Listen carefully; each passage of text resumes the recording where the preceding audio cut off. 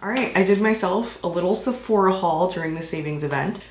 Oh my goodness. I've picked up some new releases, so I wanted to test them with you guys on camera and do a wear test on one of the products. I'm gonna go through each of the products that I picked up, and I'm gonna create timestamps in the description box in case you guys are interested in skipping ahead to a particular product. It's a little early in the morning on a Sunday. The sun doesn't even wanna come out yet. I'm drinking my little matcha drink here. Let's get this started. Let me show you guys what I picked up. So actually one thing I didn't pick up from the Sephora sale was a Buxom Plump Shots, one of the new cream blushes from Buxom. I haven't heard anyone talk about these. I did have to go to their website to pick this up because it's not on like Sephora or Ulta, at least not yet. I got one of the new NARS blushes that have been reformulated that are talc free.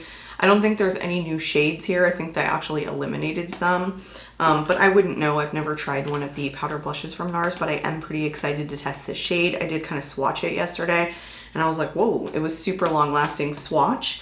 I also picked up one of the lip glosses, the High Shine Hydrating Oil Infused Lip Gloss from Armani. I want to do a wear test on this today, the Supergoop Protect Tint Daily SPF Tint with SPF 50. I've had this for a while, so I didn't pick this up during the sale. It's actually just been sitting here and I haven't like really had another video to film with it. So anyway, it just needs to get tried on. And then I picked up the new under eye powder from McGrath, and this one is in the shade pink. So I don't know if she reformulated, but she added some shades to this. I think it came in one or two previously, and baby pink is new. So I'll give that a shot. It has been around for a while and a lot of people have liked it.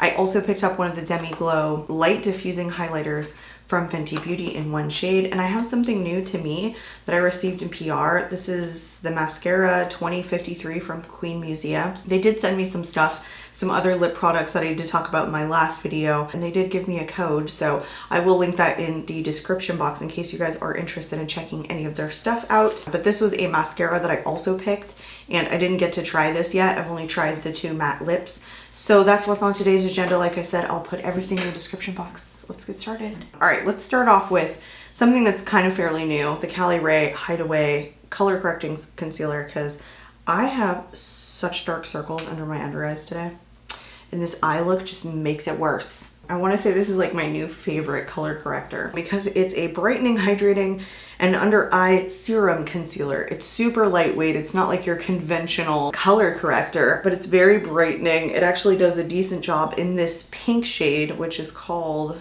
Dawn, actually concealing a lot of my dark circles. I've just been really enjoying it. It's a unique color corrector in my collection. I find myself reaching for it quite a bit. All right, I actually want to go into this mascara first because that's usually what I like to do to give my lashes some life. So I picked this because I always like testing new mascaras. It's the Mascara 2053 with Lash Growth Extract, which I think is fine in theory. But of course, some of those lash serums are known to have ingredients in them that really aren't good for your eyes and your skin. This is, I guess, a new product for them. It's the Clean Universal Mascara. It's 100% plant-based, film-formed, derived from pea starch. Okay. It's a bumblebee shaped brush that's derived from castor oil, anti-flake, and raccoon eye-proof technology.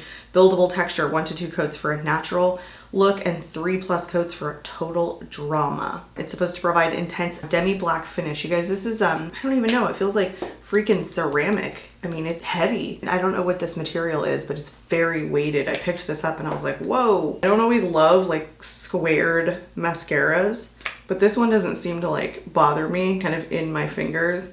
I also don't love wands like this either. Really frayed, not short bristles, bigger wand in general. This is a natural bristles wand, which I usually make such a hot mess with these, but I'm willing to give this a go because I love testing new mascaras. I don't know if I said this, but it retails for $35.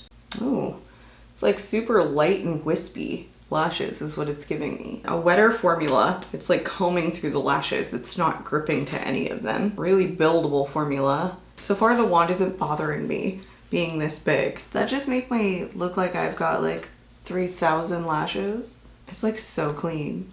Every one of those is like combed out to perfection. I almost feel like it curled them. Like look at the difference between this one and this one. Did it curl them? I actually did make a little bit of a mess. I got a little bit on my lid which is usually what happens with big wands like these, which is why I typically stay away from wands like these. That was cool. I want to see if I can keep building it though, because it says 3+ coats will give you that drama. I swear it's like making them go like, whoop, like it's really fanning them out to this intense degree that every one of them looks really separated. It's something different, I think. It's not like my standard mascaras. I bumped myself once. I thought I was gonna bump myself a lot more than I did with this wand. These are trickier for me. I don't love these kind of wands. I love this effect though. I feel like it's fanning the crap out of my eyelashes. Literally every one of the freaking lashes is like combed to perfection. It never got clumpy. I don't think it's building though. Not the way that I thought it would. Yeah, it's a really, oh, okay, it's building a little now. It's a really wet formula. It's not getting stuck on my lashes. It's not even dry yet, which might not be a great thing. But look at it. Why does it look like I'm like wearing falsies? They look like 4,000 times bigger. This isn't like, oh, what tubing mascara is it? Clean mascara without fragrance for the most sensitive eyes. Featuring cutting edge technology that combines astronomical length and volume with a lash growth extract. It effortlessly separates and coats each lash, providing an intense demi-matte black finish. Okay. I think the description is on point here. I didn't even know my lashes like curled or went that long. I keep looking at my the monitor. It's crazy how freaking individualized these lashes look. I will say, I feel like I have to keep building because it is not as intense as I like on my first go round. I actually don't like building up my mascaras. Hence the reason I kind of like them a little bit more intense, because I like to go in with 1, maybe 2 coats and then that's it. Coats for me is silly because I don't just like go 1 pass and then go a pass again. I kind of just build everywhere over and over. But yeah, I think you do have to keep applying this if you want more intensity. We'll do the wear test on this too, because I'd like to see that this is a longer lasting mascara. The length that it's giving and the curl that it's giving is quite nice. Like it might be something I'm willing to tolerate building. All right, let's move on. We're gonna do the skin tint next. So a lot of these shades are already sold out on Sephora's website. I wonder if you could go to Supergoop's website and pick this shade up. It comes in only 14 shades. It retails for $44. It's supposed to have SPF 50 with PA++++. Yeah, out of stock in a lot of these shades. Just the deeper shades are still available. It's supposed to give you a natural finish. It's best for dry combo and normal skin, not people with oily skin. It is fragrance free. It's supposed to be buildable coverage with a natural finish for immediately smooth, even looking skin. I feel like it's supposed to have like more coverage than I thought it was. I thought it was gonna be like a really sheer tint, but maybe not. Buildable coverage. Lightweight skin tint meets powerful SPF 50.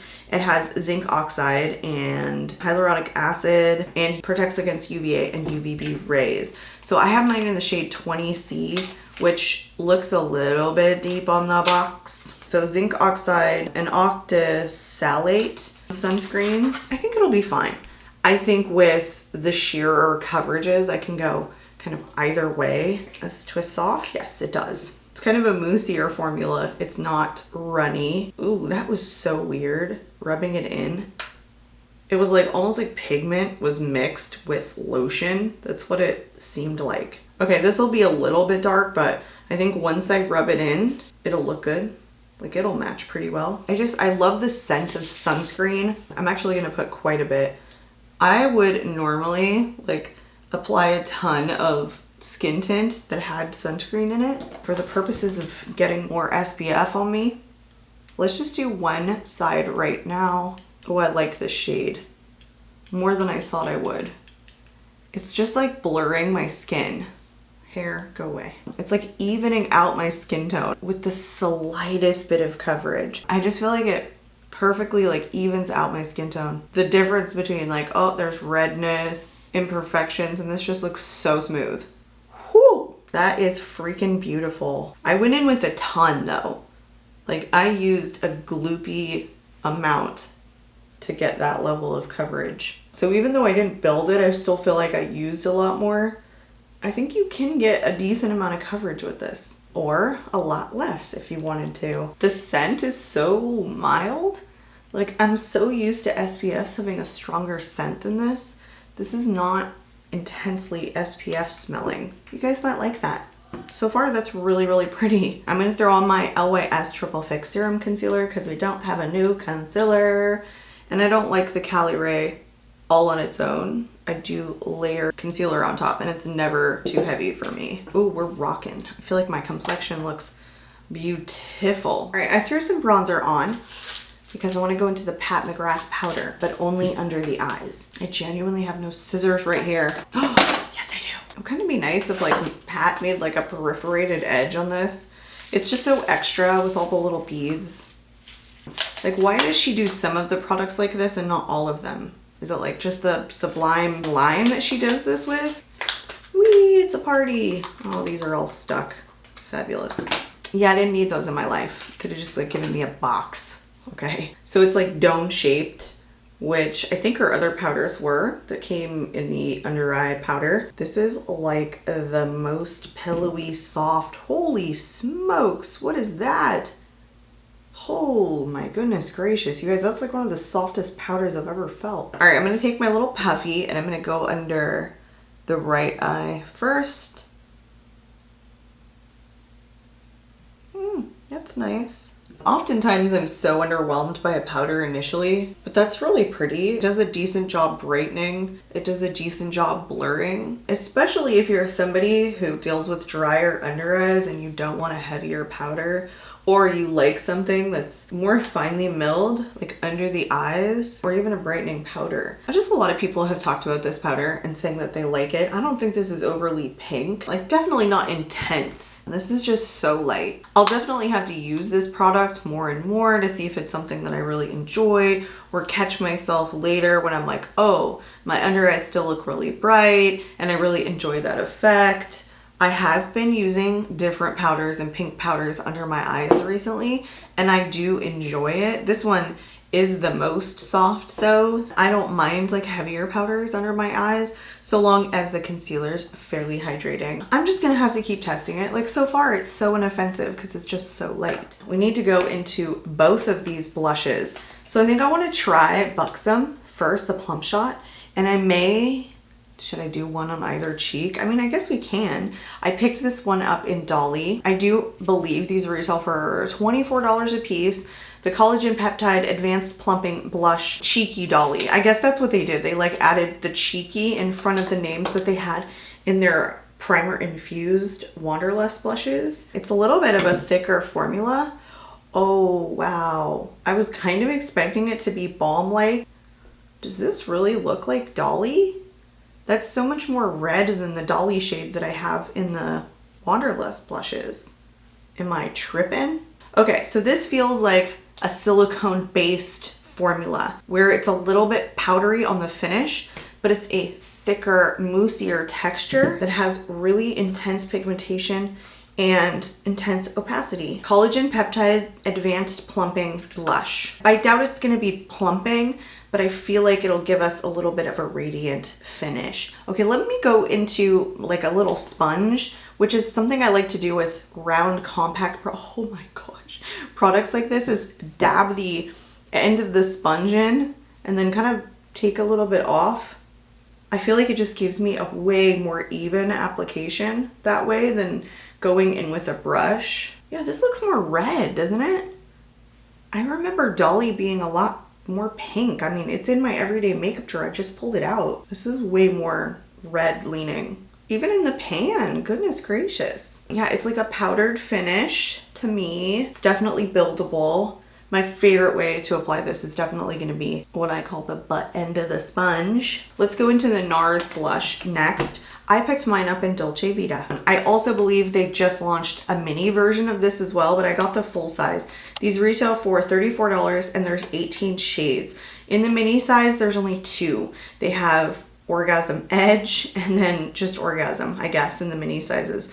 Right now, it looks like they have some like refill shades that are totally sold out, or maybe they just haven't brought them in stock yet because these are new releases. But yeah, there's 14 total shades here, which I feel like some people have said they've taken some colors out of this line. You know, I don't think that $34 is a bad price for NARS products, and I love a lot of companies are going talc free. Even drugstore needs to take talc out of their stuff and leave it out. This felt like such a beautiful formula yesterday. Maybe they will match. It's so powdery yet so pigmented, but it blends into like this airbrush dream. I've only just swatched it on my finger. I haven't actually applied it, so let's stop talking and do that. Oh, really blendable. I actually like screwed up and kind of put too much back here, and I was like, can I move it forward? It's just so smooth on the skin.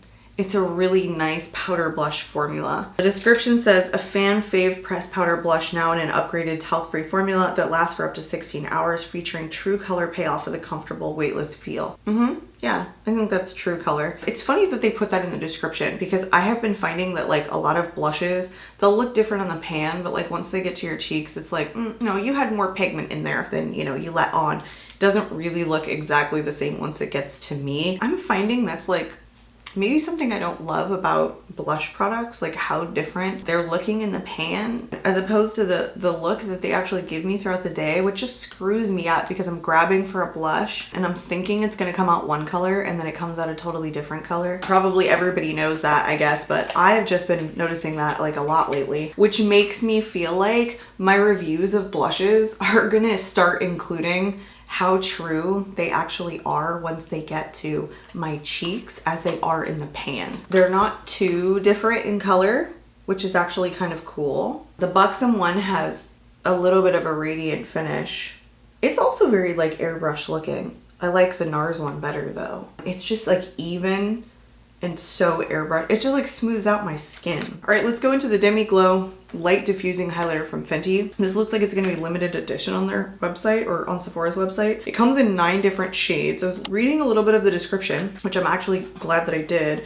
It's supposed to be a skin tone based highlighter with a silky soft feel that's infused with fine pearls, designed to flatter every tone for a low-key glow. So I feel like it's maybe a little bit lighter. And then it says it's a lightweight, long-wearing formula that delivers a natural-looking radiant finish. The smooth glide, no grit feel blends into skin without disturbing makeup. I like that. It improves the appearance of fine lines and resists sweat and humidity. The super fine pearls are delicate, so handle with care. That looks really nice and pillowy. It feels like the Pat McGrath powder. So far, it's fun to swatch. It's super lightweight though. She's right, there's like no grit here. I just buffed it in. Can you guys see like just how flat it looks on the skin? Like how it just kind of melted in with my skin. It looks glossy without looking glittery. Are we gonna have a home run with all of these products today? Let's go on the left side. Well, it's still intense though. Ooh, it's intense. It's intense, you guys. I barely tapped my brush in. Oh, shiznissel. If you like an intense highlighter, I wasn't expecting Fenty to come out with like a not intense highlighter, let's be honest. I like the way that it meshed with the cream blush though. I like the way that it's meshing with the powder blush even more. Yeah, it's like not textured. It like sits really flat on the skin. I'm definitely interested to see how long this lasts. That humidity resistant stuff. I mean, I don't know. My highlighters tend to fade off actually pretty quickly, so I don't have the best luck with powder highlighters in lasting a long time. We'll see how this goes because we're gonna do a wear test on this. I mean, we'll do a wear test like on everything, I suppose. See how long the blush lasts and see how the mascara holds up and all of that. I wanna go into the High Shine Hydrating Oil Infused Lip Gloss, the Prismaglass from Armani. I just did a lip tint glitter, so I really didn't need to add more. And I kept going, I don't need this, I need it, I don't need this. It looked so beautiful, like on the pictures, I'll like show you guys, that I couldn't help myself. It comes in 5 shades, it retails for $38. I haven't had the best luck with Armani products, like lip products, but then when I got it, I was like, meh, meh. Like it looks okay, you know? And it feels kind of cheap too. It has like a tiny little doe foot applicator. I swatched it yesterday and it's not like super sticky, like little bit of sticky. It has a little tiny bit of tack to it. I was just kind of underwhelmed. I got the shade Cherry Glaze, which is a sheer poppy red. All right, I just lined my lips with the Pat McGrath Permagel Ultra Lip Pencil in Cosmic Vibes. I hope that shade is still available. Let's go in with this guy. It's nice. It's nice. Is it $38 nice? No. It's like not unique, you know? Like Milani has a lip oil that's very similar to this. This is not sticky at all. Even though it felt tacky on the swatch, like on the lips, it's just very smooth. It's also zero fragrance to it at all, which is kind of unusual for a more luxury brand to not include just a ton of fragrance in their product. So if you guys are like one of those people that love luxury brand lip products but hate the scent, this would be good. This is infused with squalene, which seals in moisture and smooths chapped, cracking, and irritated lips. Okay, so yeah, just a glossy wash of color enhances the natural hue of your lips. Not much more than that. It's all like saying that, you know, it locks in moisture for up to 24 hours without a sticky feeling. It reflects light, creating fuller looking, pillowy, soft lips while locking in the hydration. Okay, it's nice, you guys, but I feel like Milani also has similar lip oils that are like this, you know, that, I don't know, that do exactly the same thing, that are $8 instead of $38, or maybe 10, something around there. Okay, that is the end of the try on portion. I'm gonna do a natural light check-in for you guys right now at the window so you can see the complexion. This is actually offering a ton more coverage than I thought it was. Like looking up close, this just looks like a normal foundation, you know, not like necessarily a skin tint. It is so beautiful on though. It is so smoothing and natural looking. One of the products that I like that's kind of like this is Iconic London, the super smoother blurring skin tint. So far, I like the way this one looks better. So that actually might get replaced with this thing because it just looks so fresh and full and like smoothing and blurring and all that good stuff. I will also come back at the very end of the evening to show you guys like the full complexion and how everything is wearing, at least at 8 hours. So I hope you guys stick around for that. I will see you guys in about 8 hours. Hey guys, welcome back to 9 hours in the future. I actually have some updates and I'm really glad that I did the wear test. I almost thought it was a little bit silly to do the wear test on this skin tint because I thought it's a skin tint, it's Supergoop, it's meant to be more like sunscreen than it is give you longevity, but that's just not the case. There is something surprisingly long lasting about this skin tint and it was so much more coverage than I thought it was going to be. It's come off of my nose now, but it's been 9 hours. 9 hours. I'm going to show you guys the check-in I did at Natural Light and then the check-in that I did at the 5-hour mark. I was outside, we were playing like football with my son. No humidity out right now, so I wasn't really sweating. This has a really nice longevity that I was not anticipating whatsoever. I want to update you guys also on this mascara. It's not as intensely pigmented as I normally go for, but the wispy curl that it gave was really, really nice. And I feel like there's a lot of you out there that really do enjoy kind of like a lighter natural lash. This is also a super thin formula. A lot of mascaras that I use will be a lot thicker on the lashes. My lashes feel thin, like extremely thin. This doesn't coat it in a really heavy way at all. I don't know, this might be a mascara that is worth checking out if you guys like a really nice like wispy fan effect. And also this packaging, I'm telling you guys, it is heavy. It's probably the heaviest mascara I have in my collection, and it's heavier than this fully glass container from Cali Ray. I want to talk about the blushes next because the Buxom was here. It did not last that long. It's not gone, but it's not a super long lasting product. Here's the NARS. Okay. I mean, some of that could have to do with like me touching it or whatnot, but still, this is fully intact. This is a really nice powder blush formula that gives you longevity. Honestly, I could have lived without this. I mean, I was really excited to test this formula out from Buxom. What would have been really cool, honestly, is if they had made these radiant to kind of match the primer infused waterless blushes. Like that would have been so cool. This is just a pretty like matte finish, maybe a tiny bit of radiance. It's not the formula that I was expecting. It's not bad, but it's definitely not my favorite formula.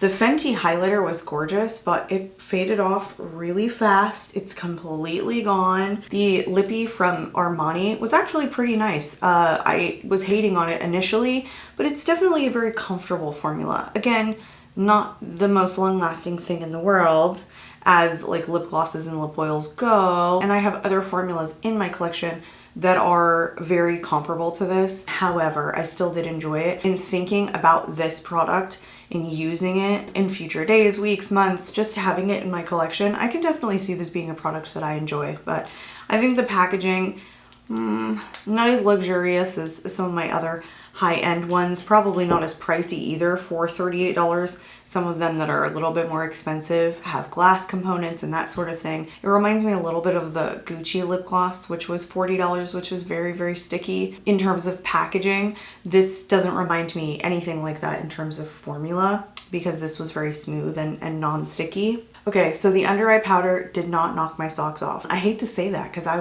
thought this was gonna knock my socks off. I mean, I think it's nice, but I think I have other nice powders like this in my collection, you know, that just aren't super heavy under the under eyes. I think this did all right. It did all right. I don't know. I wasn't blown away by the formula.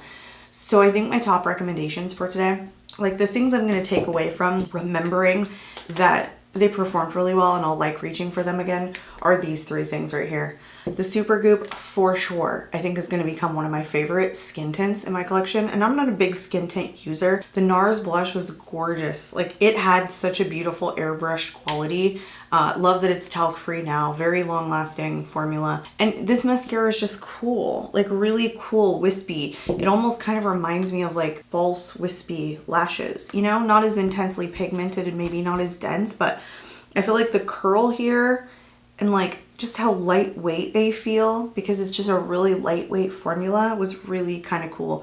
And I just remember the packaging overall. So these were my favorite things for today. I hope you guys enjoyed today's video and the wear test and the try on, etc., etc. If you're not currently subscribed, you guys, I'd love to see you subscribe.